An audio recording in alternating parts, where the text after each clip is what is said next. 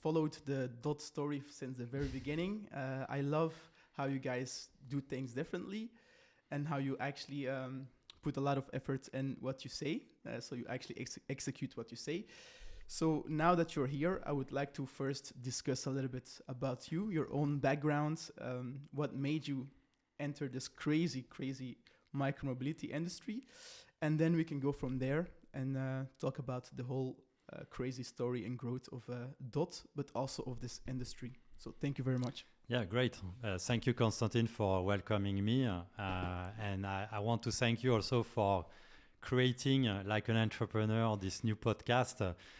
Shared micromobility is a totally new industry. And I think, if there's someone like you who can tell the story from the inside and really talk and interview all the people that today are building this new shared micromobility world, I think, maybe it will be a piece of history in a few years. So thank you, Constantine, for that. Well, the goal is to actually tell how it all started, because, most of these big companies started little.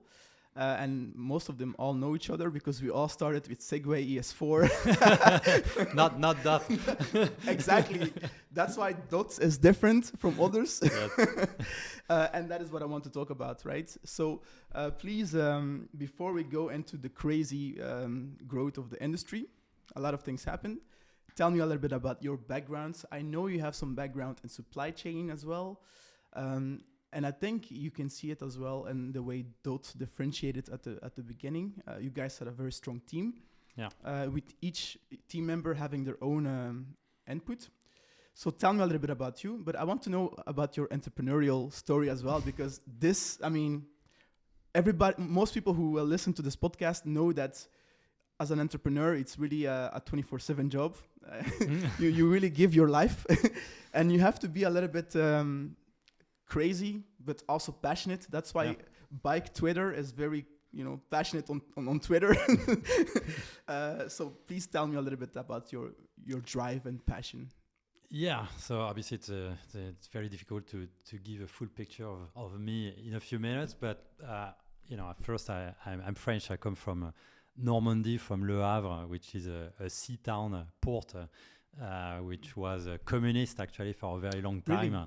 A city also that was totally bombed during the Second World War and rebuilt. So people used to say that what's great in Le Havre, which is my hometown, is that you can still rebuild everything. So it gives a lot of potential. So maybe that's where I got my entrepreneurial spirit. But now you are rebuilding the micromobility industry. But I think reflecting back, it was a city which was only based on cars.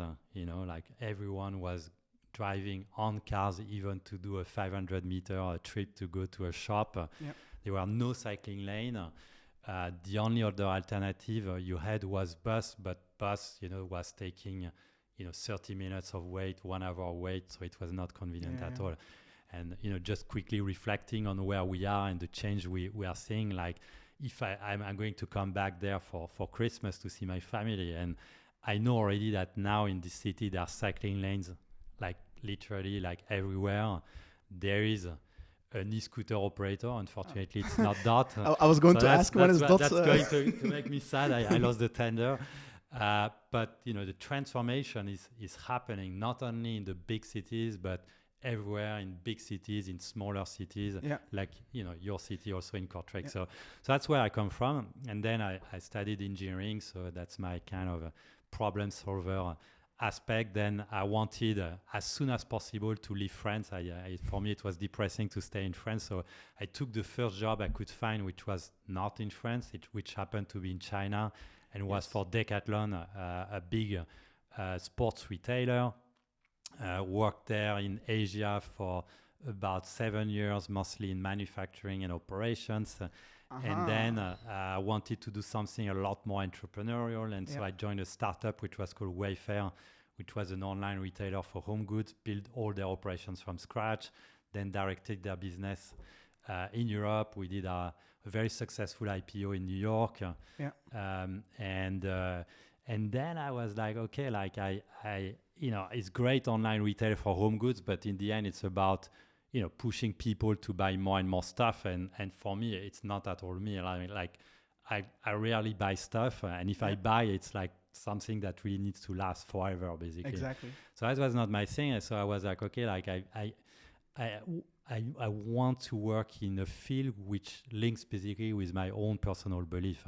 Okay. And so I looked and, I got very interested in the energy field and nuclear reactors, but it's another story. But I got also very interested in mobility or micromobility. Because around what time was that? That was in 2018, actually, beginning 2018. And the reason is because I lived in all these big cities, Bangkok, Guangzhou, London. They already had the bike share, right? Singapore. And China. Yeah, but every time in these cities where I lived, transportation was horrific. I mean, it was like huge amount of pollution. If you had to go in taxis or in cars, and you were getting stuck forever, basically in traffic and pollution. Yeah. And if you were using public transportation, it was also usually not a very nice experience. Yeah. And so I always thought, like, why are not people using, like bikes or things like that? And in 2018, when I was looking around, I got in touch with the people from OFO. The shared bike operator, Chinese, right? Yeah, exactly. And I got really interested and really curious, because what's great, and I think they totally transformed the industry, and our industry today is because of what they did, right? Exactly. But what they did is really leveraging IoT technology with the to lock. and smartphones, basically, to enable people with their smartphones to unlock bikes in the streets, track them, manage a fleet, and then let them lock it, right? And this was transformative, and I saw that. I was, wow, like this could be a great way to get a lot of people to use bikes in the cities, without having them to own or maintain basically a bike. And this is how I got into the shared micromobility industry initially with OFO. And then I saw all the problems that existed with OFO. I saw some hardware, pictures. You saw the great, very artistic bikes all over. Pictures with a lot of bikes trashed. So there were a lot of issues, but I joined them initially, and then this is where I met a number of people which were really passionate about the basically bikes and micromobility and the impact it can have. We saw that, yes, it can work, we were putting bikes in the street. It was magic. People who were using them without us having to do any advertising or anything, but, it did not work. And so it did not work because the bike's quality was not good, because the operations were not good, because the collaboration with cities was not good, because maybe the values, the culture of company was not great. And so that's when we decided, just after a few months, I only stayed at OFO 4 months. So I learned, but then we said, okay, we can do it better. Let's build Dott as a European player, specialized in shared micromobility, and which aim from the beginning is to be a responsible operator. So that's a little bit my story. Sorry if it was a bit longer. Yeah, it's great to hear. But I would like to know. To know and which department of OFO that you worked at, just to know the experience that you gained there. Yeah. And what I also want to mention as well, you also mentioned it here, is that they were really pioneers in turning a bike into a shared bike. Yeah. And that really started the whole industry. Yeah. I don't think they receive enough credit. No. But that is really the basic of what turns this industry really what it is, because they made sharing. It was an amazing innovation, right? Before there were already shared bike schemes, but which obviously were relying on stations, which was extremely inflexible. It was taking forever to register. Everything was really complicated. And suddenly, very simple usage. It was very cheap.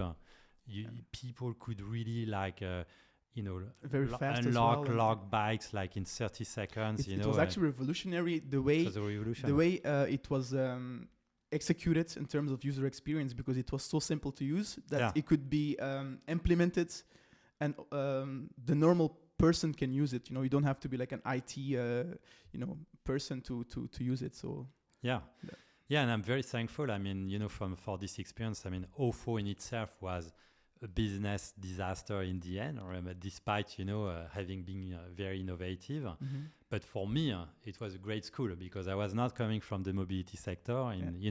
In 4 or 5 months, very intense, I had really a crash course in micromobility, and I had great learning of what not to do.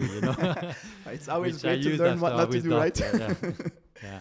Yeah. But what I was doing otherwise, I was the head of the European business, and so my job basically at that time was to build the OFO business. So it was more business development? It was managing all the operations, everything. Like a general manager. When I arrived, they had already started. So basically, they were already in trouble. So almost from day one, I had to lead a turnaround of the OFO business in Europe, cut the cost, and really make the operations a lot more efficient. But it was already too late. The company was basically bankrupt. That's a great learning school, knowing that you founded Dott right after, right? Now it makes sense. Yeah. So that was in 2018, right? 2018, yeah. And when did you do anything in between that, or did you immediately? So you found we decided to close down the OFO business, I believe in July 2018. Yep. In the same time, we are so frustrated that we could not make like the shared bike dream happen with OFO, that with a number of the people from the OFO team, we said, okay, let's do it ourselves. And so we started the project of Dott in July 2018, officially August 2018. We incorporated the company beginning of October. We raised, and then we launched operations in February 2019 in Brussels. So it went very quick. Yeah.